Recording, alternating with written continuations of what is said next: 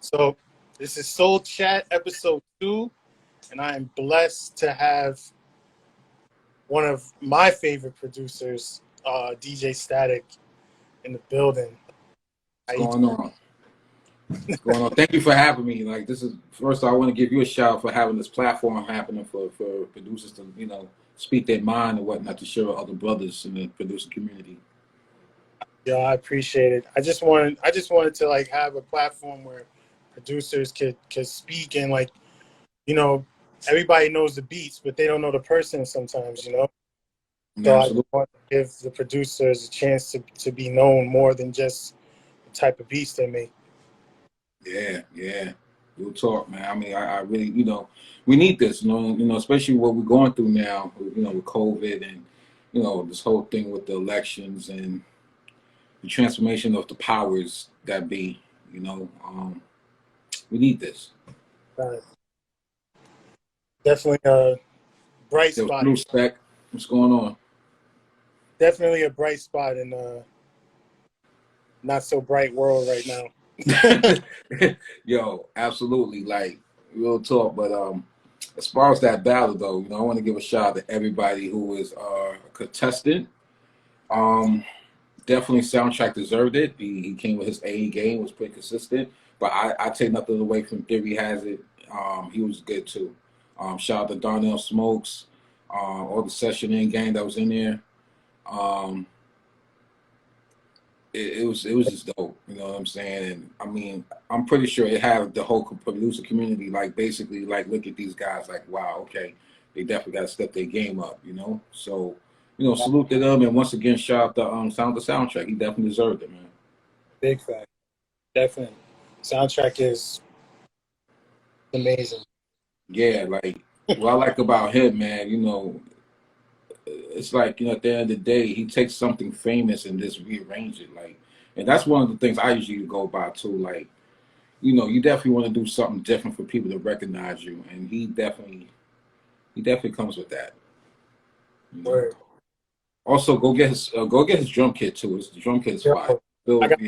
His drum kit is. Yeah, it's dope. I fucks with it. Real shit. So what I like to ask first and foremost is, like, what started the love for producing? Like, not necessarily what got you into it, but just what started the love for it? I don't know, expressing your thoughts on the door. Or a beat machine. Well, I started with a beat machine, but it's basically like just basically translating your thoughts into sound. Right. I mean, we all do it. You know what I'm saying? But it's just, how people say, yo, I got this thought in my head, I got this beat in my head, and and I'm trying to sound it out. But then it's like, when you can actually do it, it's actually dope. So that's what really started, like, and even seeing other people do it too, it just looked cool. You know what I'm saying? Like, it just looked cool. So were you were a DJ first, right? Like, you were doing the ones and twos first before you started producing? Or yeah, well, I was. So to give you a brief background, in '88, I was in part of a string orchestra. So I started playing the violin, then I moved on to playing piano, then I moved on to playing electric bass.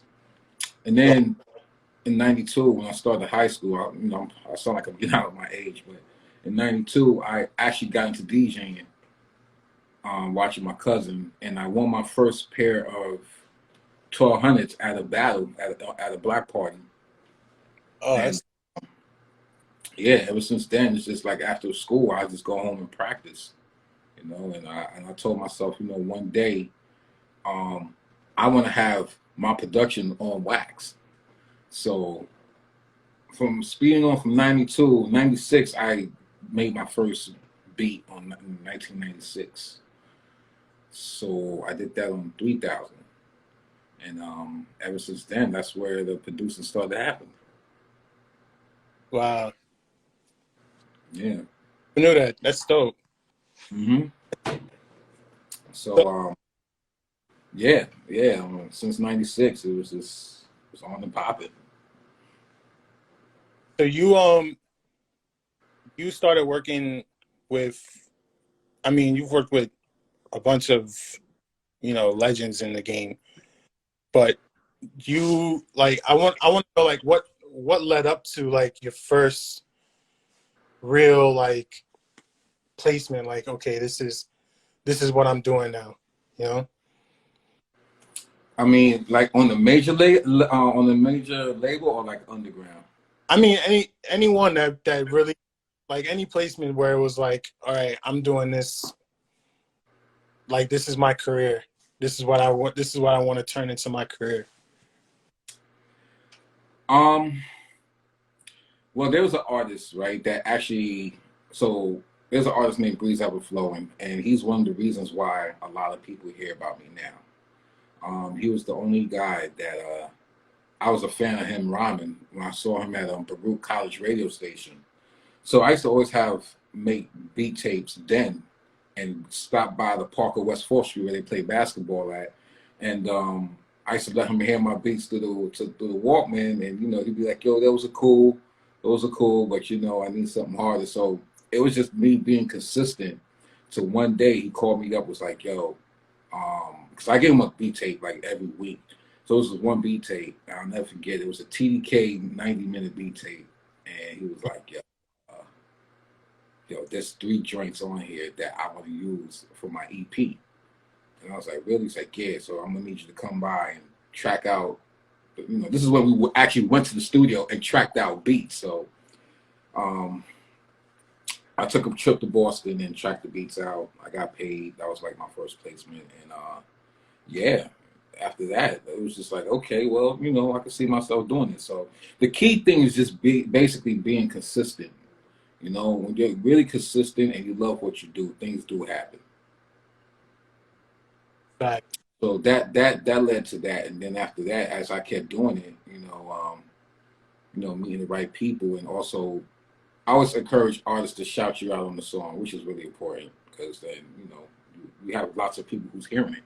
Yeah. Um, One thing that's missing from today's music that is critical nowadays is credits. People like albums now don't even have credits. Like you can't tell who did what unless you really do the research online. But when you used to buy albums and stuff like that, you used to read the liner notes. Like for me, I always used to read the credits because I always wanted who did what. Yeah, you pick up a tape or you pick up a vinyl, and that's the first thing you do. You flip it over and you start looking like, ooh, it's not like that no more. No, it's not. Now it's like, like for example, the last Busta Rhymes record, the album, like I have to go and find, who did what. Like I have to really Google and do the search. And then I found the actually track listing and everything, and I saw who did what. So it's not how it used to be before. And I thought Spotify at one point was doing that, but I don't know if they still do it or not. So Nah, I know even with the joint I did with OP, it was crazy.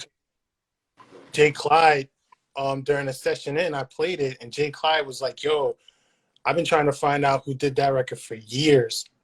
Mm-hmm. And I'm like, "That's great." I'm like, "That's wild." Overlord said only Title does it. Title, yeah, probably Title, yeah, that would make sense. But yeah, the credits are important, man. Like, once they see the credits, once the credits are seen, they're like, "Oh, I gotta go hit this guy up." Now it's just difficult because most people sound alike, so your sound has to be different. That's one thing I learned in this era of music. You have to have a signature sound for people to know that that's you. They don't have to go look for credits; they just know that's you. Yeah. And never be afraid to evolve as well. So that's what I learned from from today going forward. It's like basically, and I always had this. Always have your sound, have your signature, and promote yourself. Back. So you got after that one, I'm only assuming like a name came for yourself, and other people wanted to come to work with you. You just run down a list of like the different people that you work. He's worked with everyone. I know you recently worked with Redman. I know you worked with Immortal Technique, but you run down like everybody that you worked with, so that people not only for for our benefit, but just so people can put some respect on your name, man. Like. Yeah. Well, it's funny. I've worked with a lot of people, like, and sometimes it wasn't even in the studio. It was just a phone call and say, "Yo, we did this to your beat." That's the era we're in. But I've worked with people like Rod Digger. I worked with Busta Rhymes, Spliff Star, Jadakiss Mano. Who else? Trinity 5-7. You. I actually produced that record, and Solange Knowles wrote the song. I actually got a Dove Award, on that gospel record. I've also worked with artists like the Baha Man.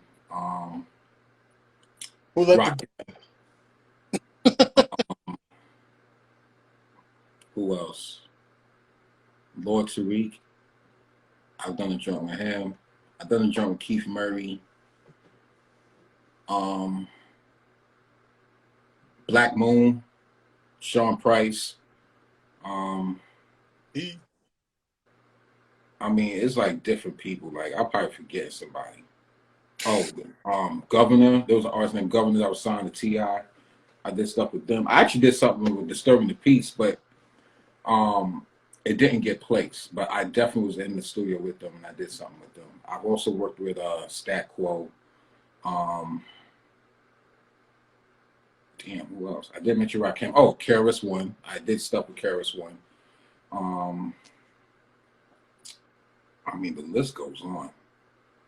It's a lot to mention, but basically those are like the main people I've worked with. That is ridiculous, bro. Yeah, and every situation how it came about was just so different. I mean, like the place where KRS-One was just like me having a thumb drive and seeing him in Manchester, England. And I was telling him, like, yo, look, here's a thumb drive. You're looking for music. So I gave it to his wife. And a year later, he hits me up like, yo, we heard these beats a year later, and we want to use 3 of them on the album. And I was like, okay. So we did the paperwork and everything, and it was on his album. So same thing with Redman. Redman, I was in Chicago, and I gave him and Method Man a thumb drive, and Redman called me like 8:30 in the morning, like a week later on a Sunday. Like, yo, what we doing? So that's how that happened, So I always say, man, sometimes you gotta be prepared. Even when you don't think you're prepared, you just gotta go with that thumb drive and just submit. So which one meant the most to you? I want to say, if I can mention 3, I would say Rakim. Of course, I'll say Rakim. I would say Redman, and I would say KRS-One. Only because I grew up listening to all 3 of them. Like, they're like, So just to say, hey, yo, I did a joint with Rakim, it's crazy. Like, I've actually done joints with legends, Word. That's wild. That's wild. It's like as a kid, you grow up, you listen to their music, and now you in the studio with them. You got it right. Like that's bucket list moment right there. Yeah, and no matter what, man, I am still a student. I don't consider I'm still a student. I'm still learning every day. Like, you know what I'm saying? There's never a dull moment learning. It's when you get complacent and feel like you're on top, and you like, nah, I'm constantly learning, especially from you guys. I mean, I remember when I first started like really getting onto the music scene, and I'm doing eye standards and they're judging, and I'm like mad nervous because the judges over there is like, look, they giving everybody the typical answers, whispers when they Mm-hmm. put stuff. So like to actually hear like, nah, you dope. Like nah, you're dope. You know what I mean? Like that meant a lot. And then to be honest with you, even after the the event, you still kept in touch. We still, we conversed back and forth, and it's been a real blessing to like be able to talk to you and like just not even as like you know fellow producers, just like as people. Absolutely. Yeah, because my thing is like I for me it's not just I'm all about life. You know what I'm saying? Like as long as I could have a conversation with people about life, you know what I'm saying, it just makes things greater. And that's another thing as far as placements. When you meet an artist, you have to find that common denominator that y'all both can like really like get along in order for y'all to even bring the music in. That's one thing I've noticed. Salute to Overlord and Kelsey. Or Like for example, me and Redman, like we'll get on the phone, we'll talk about cars. You know what I'm saying? Like we both into cars, so we talk about cars all the time before we talk about the music. Like he'll send me pictures of cars and I'll send him a picture of a car or whatnot. And then we always talk about racing because I like to drive a lot, and he does too. So definitely, you got to have that common bond in order for you for the relationship to grow with people. Yeah. people can tell when it's genuine and when it's like just trying. You know what I mean? Hmm. Yeah. I mean, like I say, like I say, I never want to be that guy that, hey, I'm too big to hang out with such and such. Like, nah, it's not even like that with me. Anybody who knows me, like, yo, like, you could hit me up and we'll make something happen. Like, you know what I'm saying? And like I said, it's always a learning experience to learn from you guys as well. Like, like I salute a lot of the producers now because it's like you're definitely taking it to the next level, being a community. Because before it wasn't like that. Like, it wasn't. There wasn't no like, yo, let me get a sound, let me get a drum kit. People were being stingy with drum kits back then. Mhm. Like I think around a generation like with me and Maestro at times and Mint Plus, there's a few producers that we got together, we trade drums. It was nothing to us because we knew at the end of the day we're both going to come with different results. So now moving forward, now that people come with drum packs and everything, and I feel this it's definitely going in the right direction. You know? Or, yeah, like I can remember I'm at home one day just chilling, and Overlord hits me up. He's like, "Yo, what you doing?" I'm like, "Nothing." He's like, "Yo, come to the crib. Like, Static's coming over." Mm-hmm. They're playing beats, you giving us gems, and he's showing you stuff that you didn't even know, and it's like we're just sitting there chilling and vibing. You know what I mean? Like, yeah, like you said, like that probably doesn't happen like 5, 6 years before that. You know what I mean? Like, Hell no, hell no, and that's the thing. I don't want to be. I don't want to take from what happened back in that era to now. I feel like we need to progress more. Build more, and help each other out. You know what I'm saying? Like I shouldn't like someone who would get upset because someone got a placement before you did. Like that to me, I would think for me helping that person get that placement, like I would feel proud of them. Because you don't know what they've been through prior to getting that placement. You know what I'm saying? or Work and they deserve it. Back then people were pretty stingy, like with records and samples and all that stuff. I wasn't. I'll be honest, like if someone came to my crib right now and say, hey, yo, I need drums, you know what I'm saying? I'll be like, yo, just bring a hard drive. You know what I'm saying? You need samples. Hey, take these samples. Because at the end of the day, you're going to get different results. Like, you know what I'm saying? When you know what you're capable of doing, you're not going to be afraid of somebody else having the same sample because we all look at samples differently. It's like reading the Bible. We get the interpretation from it differently than everybody else. yeah, yeah. It's just like when you hear somebody place a record and they use a certain sample, and you go to a beat battle, and you hear that same sample being completely different. Yeah, You go to a second beat battle, you hear that same sample used a third way. It's like the possibilities are endless. So why even be stingy with the one sample. You know what I mean? It's gonna end up with like 30 different outcomes. Yeah. Well, like I said, everybody have their take on, like, giving information on the sample and whatnot, you know. But like I said, if you know what you're capable of doing with samples, it doesn't matter who you tell the sample to, because the flips, you know, we all look at things differently. We may have a common interest, might see something one way, but we all have a different way of approaching it. And that's what I really love about the producer community here.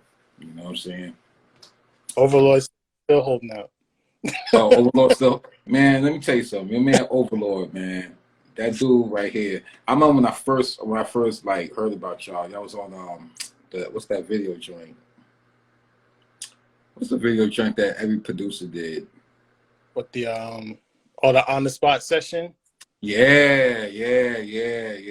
That on the spot session was pretty dope. You know what I'm saying? I was watching your joint. I was just like, yo, these dudes are dope. And then when I started judging the I standard battles and whatnot, and I started seeing y'all, and then also the Remy producer joint, I was like, yo, man, these dudes got some shit, man. These brothers are dope, you know. So it was just all love from there, you know. It was definitely all love, you know, like, and that's how it's supposed to be, you know. Word. That's how it's supposed to be. So, I'm all for it. I'm all for the love, you know. Anything else is uncivilized. Word. All right, so now we're about to get into I did last week. I'm gonna do it this week. I think it's gonna be a staple of the show. Okay. Call it over under. Okay. Like, break that down to me. All right, so over under is you have a certain topic, and overrated and underrated. So, Okay. so starting off, who to you is an overrated producer and an underrated producer?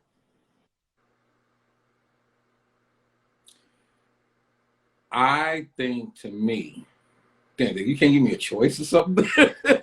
There's a lot of people I think are dope. There's dope people that's dope for different reasons, but then I know the background truth about some of these producers from back then and now. So it's like, like, Yeah. my thing is I'm a person that, like, I'm not gonna look at like somebody like I'm pretty sure Swiss Beats does his beats, but I know at the same time I know he buys beats from other producers too. Mm-hmm.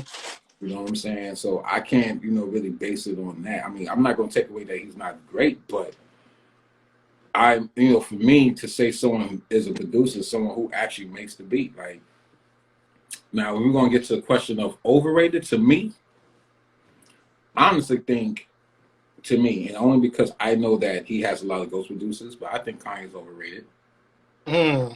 Okay. That's Yeah, I know, but I have my reasons because I know some certain stories. You know what I'm saying? I know stories about Kanye and producers who produce for Kanye. So it's like, can you give somebody credit for like buying beats from other people to say they're the greatest producers? That's like, can you say like Drake is the greatest rapper even though he probably has somebody writing his music? That's a good point. So how can I like, you know what I'm saying? That's think about it. It's like, that's like, say, I'm buying beats from Overlord to say that I produced it. Can I really say that I'm the greatest producer? That's true. That's a good one. Kanye. Wasn't expecting that. When you started saying Swiss, I was like, oh, Kelsey said Swiss last week. Yeah, Swiss, So, yeah, but Swiss buy beats from people. You know what I'm saying? But now can we say the same about Dre? It's funny. I know a producer that said Dre was overrated. And then when he found out about the brain aneurysm, he took that post down quickly. I'm not gonna mention no names.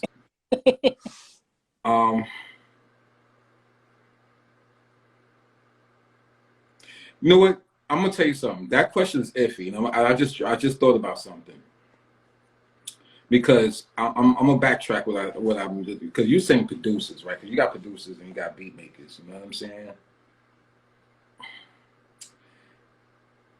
To me, it's tough because as a producer, for me, like when someone's a producer, you're talking about not just making beats, but you actually know how to put a song together.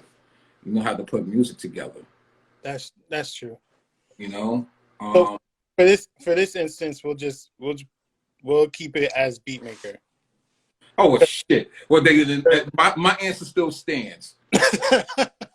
You know what I'm saying? Like, now listen, I've heard Kanye's beats before he was really like that dude. Like when he was in Chi-Town, and his beats wasn't bad because he was an understudy of No ID and Doug Infinite. You know, so he comes from that school. But now, I'm good. I'm good. I'm good. Now, so, underrated? Yeah, someone that doesn't get enough credit to you. Oh, there's a lot of those. There's a lot of those. I don't think Knots. I think Knots is underrated. Even Jay Dilla is underrated. These are people that actually make beats. Mm-hmm. Khalil, DJ Khalil. Khalil's nasty. And he has really big records.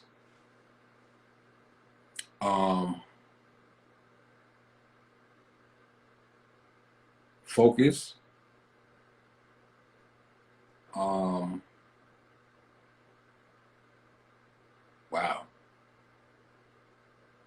There's a lot. There's a lot of them. Right. Oh no, Madlib. Yeah. Madlib is a beast, you know. Like dudes from Detroit, like Black Milk. Milk, yeah. I was just thinking that. You know what I mean? You got those dudes out there. And I ain't going front though. Not for nothing. There's dudes that we know that could give a run to a lot of these producers out here. Fact. Oh, I'll say this. Rockwall is one of them too. Rockwall got a lot of hits, and people don't talk about his name. Don't mention him. They don't. And you're right. And you know what's crazy? People will battle me on this, but I really think Rockwall will give Tim a run for his money.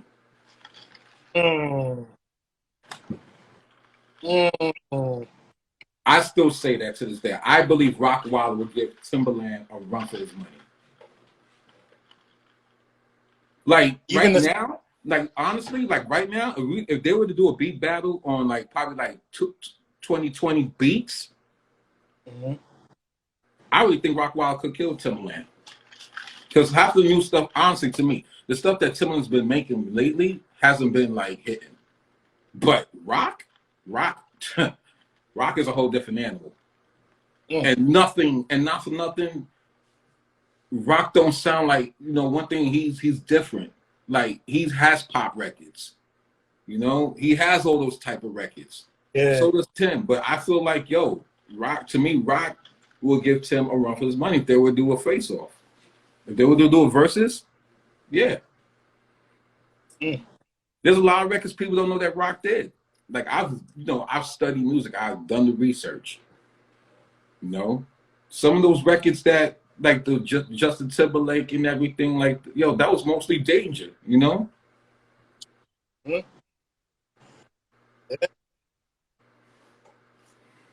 So I don't know, man. Like I said, I'm different. So it's my opinion. I mean, there's gonna be people that might disagree. It is what it is. You know, that's why we have opinions. But that's what I think. But yeah, as far as overrated, underrated, those are your picks. All right. So, Rodney Jerkins, he's underrated. Yes. That's a good one. Yeah. Thank you. You're welcome. Shout out to the wifey. You know what I'm saying? Yes, Rodney Jerkins is underrated. You know. I mean, you'd be surprised. Like, there's a lot of good producers out there that just, underrated. But you can't take nothing away from them. So on the The second one will be over under for what's the most overrated beat of all time to you, and the underrated. You said what? Overrated what? Beat what? Most overrated beat to you of all time, and the most underrated beat to you of all time. I got to do the Home Alone face. No. Yeah, That's a tough one, though. I told that to Kelly last week. It took him like 10 minutes to answer. That's a tough one. That's a real tough one. I mean, that was a question you should have gave me so I could do my research. That's a tough one. That's a real tough one. Like I told him last week, I thought, and I know me and Overlord have had this conversation before, but like Death of Autotune is overrated to me. I agree. And it's been done before prior to that. It's been done before. I don't think it's it's overrated, but I don't think it's like the top overrated for me. Yeah. I don't know, man. That's a good question, yo. I don't know. We might have to get back to that question though. You got the answer, man. You want to start with underrated first and then do that one? An underrated beat? Yeah. Yeah. That really don't get their shine for how dope it is. Duck said, I disagree strongly. Okay. Well, Death of Autotune was okay. It had a moment, but it wasn't, Duck, one day, because I'm gonna have one day, Duck, and you can speak your piece. Shout out to Duck Dodger though. That Big Pimpin'? Big Pimpin'. Yo, that's a hard one, yo. Honestly, that's a good question. Like, so I mean, if we was going to go by years, that would help. But if we talk about all time, shit. Damn. Any MF Doom beat. Nah, I like MF Doom joint show. I can't front. Who said that? Absolute. Nah. Oh, shout out to Absolute. Absite. Yeah. Is there anyone that comes to mind, or? Nah, dude. Like, that's a good question. Like, I would have to like come back on another note and just like there's a few annoying ass beats, man. Like, there's a lot out there. There's a lot of trash. Like that. But it's basically saying like, yo, you ever have somebody come to you and say, hey, make the wackest beat you can make, and then you try to make a whack beat and it ends up coming out dope? And then somebody would ask you, yo, make the best beat. And then you make the best beat and it comes out whack. Word. I don't know. Oh man, I cannot give an answer right now. Okay, underrated beat that I like, and I liked it on a beat tape before he gave it to Fabulous. It was a joint that Khalil produced for Fabulous. Now that beat is retarded. Mm. If you know what I'm talking about. I think I have an idea. That beat is retarded. Mm. That beat is retarded. Yeah.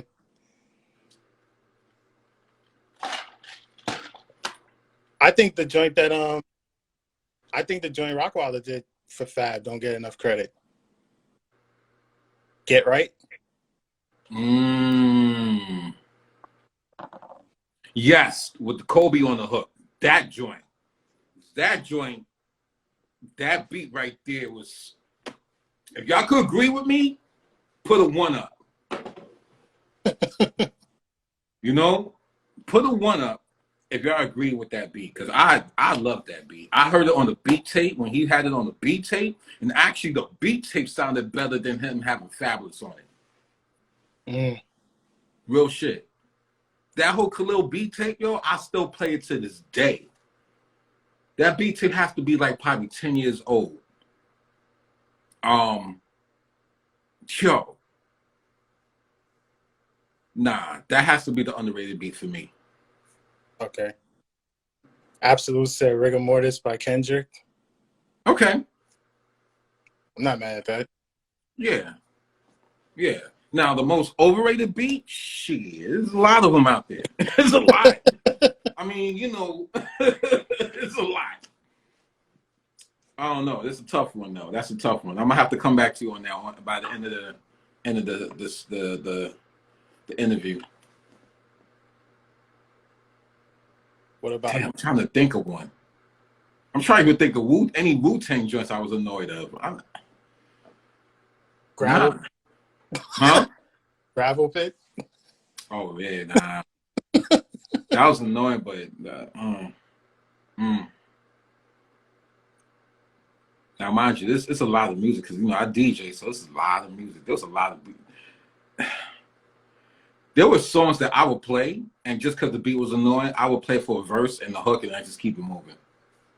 But I know that the people want to hear it. You know what I'm saying? But I couldn't stand it. Oh, you know what? I got one. I got one. Money Cash Hoes. Really? What? Really? Overrated. That was one of them. Yeah, that's one of them. Oh no. She said, "Oh no." I like the impact of it, but hearing you like take a key and just going across the keyboard often, it could get annoying. But I like the impact that the record had when you do it in the club, though. Yeah, because when that comes on, that changes. Now, Duck, when you were saying Alert PSA, were you saying overrated or underrated? I think he thinks it's underrated. Oh yeah, God, because Alert's my favorite beat off that album. Be honest. What? Black Album, Alert. That's my favorite. Oh yeah. Who did that one? That was Pharrell. Yeah. Yeah, Pharrell did that. Underrated beat, Reservoir Dogs. Yeah. Yeah. Listen, there was a lot of shit that was underrated, and there was shit that was just like. And when I say overrated, like I think about if I could listen to that beat for a minute straight without being annoyed. You know what I'm saying? Yeah. Because there's some that it's like, all right, turn it off. Turn it off. But that's fact. But some of your greatest records, believe it or not, were one bar beats. One bar loops. Some of your greatest records were your one bar loops. Mm-hmm. That is very true.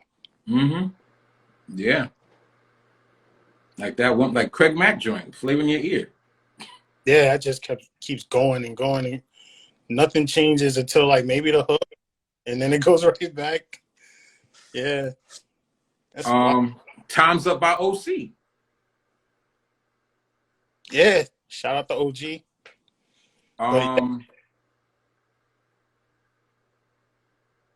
Then we the talk Benjamins. Yeah, it keeps going over and over and over. Dang, one bar beats, yo. Those are the ones that stuck out. One Village, Get This Money. Yep. Yeah, one bars. That's all you need. You know what I'm saying? Special delivery. See, all that stuff kind of like, it's kind of like being like going crazy because you want to do so much to a beat to make it sound so big and so, and then what they actually take is, no, I'll take this one little loop here. Well, this is the thing. It goes without saying. I always say this. As a producer, the hardest thing to do is to be musical but yet simplistic. Yeah. It's very, to acquire that skill is very, very. You have to really, like, you know what I'm saying? Because, like, even sometimes me, like, when I even compose something, I have to scale back sometimes.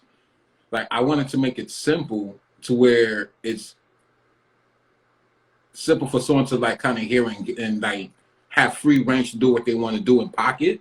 Mm-hmm. But I also want that ear candy when I hit a certain note.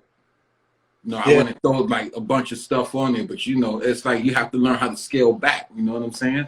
So to be musical and yet keep it simple, it's a tough thing. But like I said, when it's done right, it's really, really, really good. Yeah, it's like, I think it's like, I think the perfect, like, the perfect thing to kind of like explain that would be like Pharrell. Like, if you look at the Neptunes, because the type, when they came in, everything that they did, like the same type of sound when they first came in, even though it was different time, it was the same thing. And then when they did their own album, like In Search Of, it was a completely different sound to what they were doing, to what they were placing at the time. Yeah, live bands. It was what they wanted to do. It wasn't what they wanted them to do. Right. No, I totally agree. But I always say that, man. Like, keep it simple, but yet don't to put that musicality into it is difficult. When you get it, it's good. You know what I'm saying? It's good. It's good. So we heard how you got into producing. You heard the different placements you've gotten. You heard your favorite the placements that meant the most to you. You heard a couple of hot takes in the over under series. And so what's next for Static? What are you focusing on right now?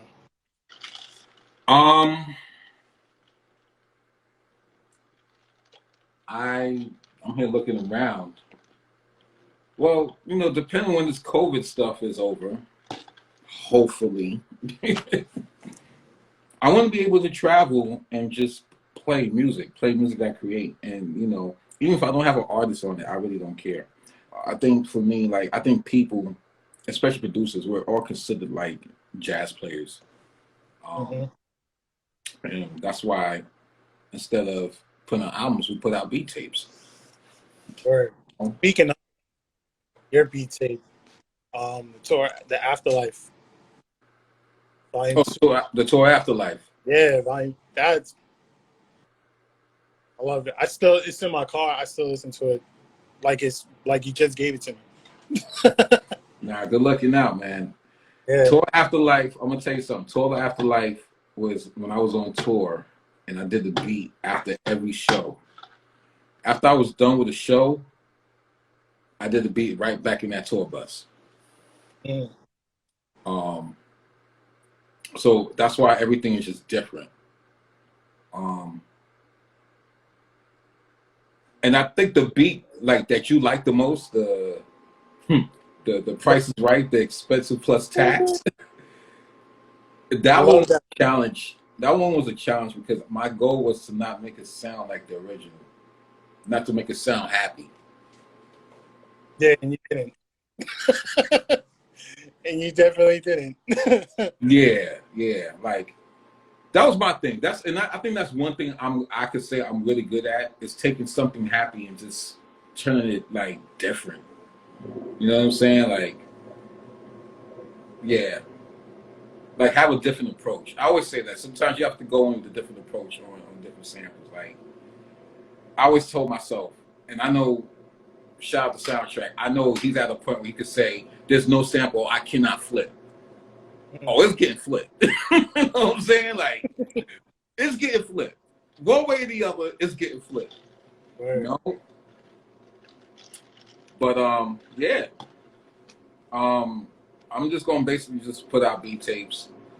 I also will collab with other producers, and also eventually I want to get into a tutorial program on explaining theories of making music, and especially like sample flips and everything. You know what I'm saying? Oh, man. As far as what artists that you haven't worked with that you want to work with? You mean as far as like producers? I mean, as far as artists go, are there any artists that you haven't worked with that you want to work with?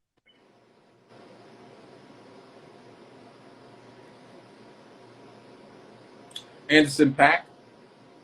Oh yeah, that would be. Oh, what? I would love.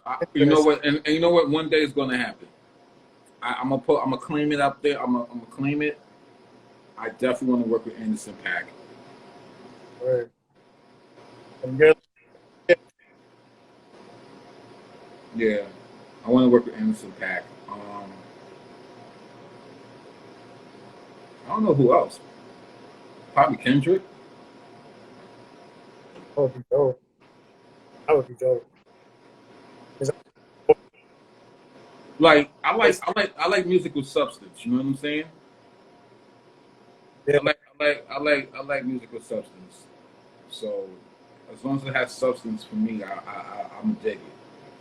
And you know, Anderson .Paak, like he just knows the pocket, man. He's just, and, you know, he's a drummer and he produces too. So it's like, and I like the fact that he's not afraid to go left. So he would be somebody that I would instantly want to work with right off the bat. Honestly, I love working with singers. I love working with singers. I think it brings a different dynamic it brings a different dynamic to music. Yeah. Yeah. What about you? Me, I'm trying to work with anybody. I'm still trying to be known out here. I mean, but if it was if I had my choice, I would definitely work with, you know, Jadakiss, Kendrick. Said I would want to work with Cole, J. Cole. Mm-hmm. So people working with. I can see myself working with Jasmine Sullivan. Yeah, she's dope. Yeah, her on one of my beats. I think that would be a different dynamic. But yeah, I'm still trying to get to a place where I can have a list.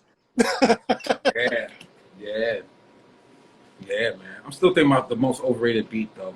But yeah.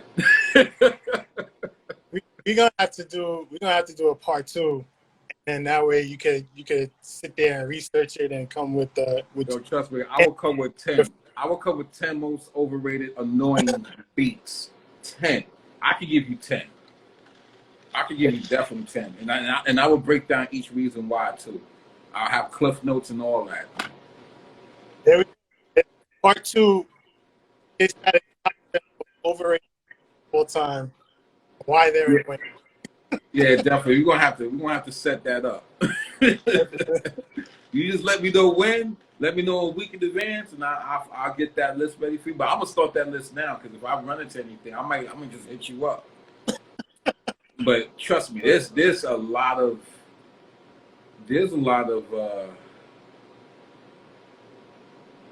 like, to me, like I say Jay Dilla is one of underrated, but he's my favorite. And you know why he's my favorite? Because for 2 things. This dude knows how to turn shit into gold. And that's my philosophy. I love turning something shitty into gold. Right. You know what I mean? Like, you take shitty drums, take shitty samples, put it together, and you got gold. Yep. Yep.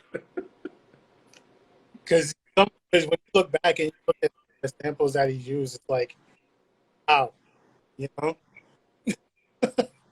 It's the wow factor too, because it makes you want to go back to the original sample and find like, yo, how the fuck did he do that? Because I'm like that. I would go back to the original sample, and there's times that I've actually recreated to see how he did it. I actually recreated Marley Marl, Ain't No Half Stepper, but I kind of threw my twist to it. But your man put 6 samples for that Big Daddy Kane record. You believe that shit? And they all got cleared. That's wild. Nah, that's wild. It'd be hard enough to put 2 or 3 together. And then put 6 in there? 6. Like, I would take a picture of the session to see the breakdown. Like, I was like, wow, I'm here making this beat, like remaking this beat, going through the clip notes, finding its original sample to each one, going back to listen to it, finding the parts, and kind of like slide it in there. Probably have to tune it a little bit. But it's like when you put it together, you're like, wow, yo, this dude is a genius. Shout out to Marley Marl. 6 samples. That's Drums crazy. included. That is crazy.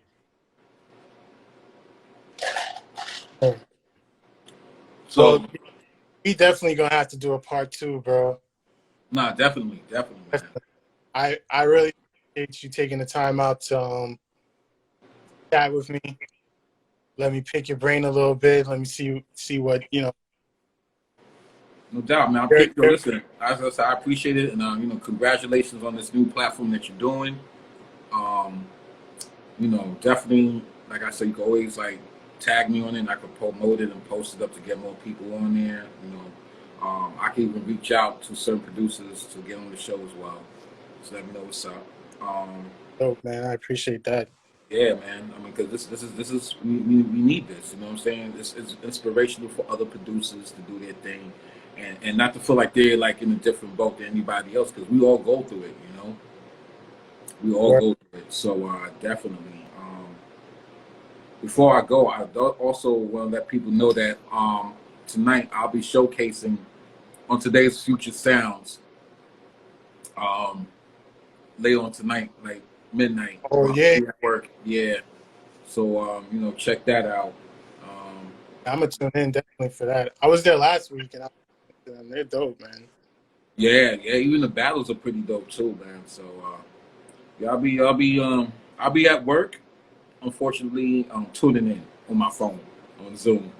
So I actually put my set together. I sent it to Elliot. Shout out to Phil Drummond and everybody else there. Also shout out to Battle Ave, Andrew. Yeah, and also, you know, around this time, y'all should definitely tune into Overlord Radio. Tune in, my man Overlord and Kelsey. Shout out to them. So I just love the fact that we have different platforms of where we could express our music. You know, shout out to everybody doing that for the most part. Word. So yeah, man, this is episode 2, Soul Chat with my man Static. Yo, thank you for having me, man. I really appreciate it. Real talk. Word. Next week I got Maestro coming on. Ooh. Ooh. Yo, when you speak to him, tell him I said, "What up, Ralph?" Will do. Yeah, just say, "What up, Ralph?" He gonna look at you crazy. And he gonna be like, "Oh, this dude's stat." Tell him I said, "What up, Ralph?" Real shit. You know? All right. But once again, thank you. No doubt, man.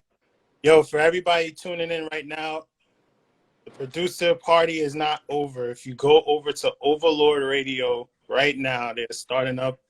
You guys can tune in, listen to some dope beats. You heard a dope producer talk about stuff today, and now you can listen to some dope beats right after. So appreciate you guys tuning in. And same time, same day next week, we got Maestro coming in.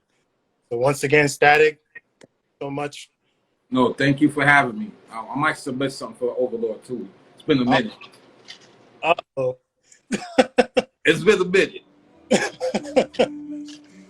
All right, man. Y'all be blessed and have a good night. All right, salute to you. Peace.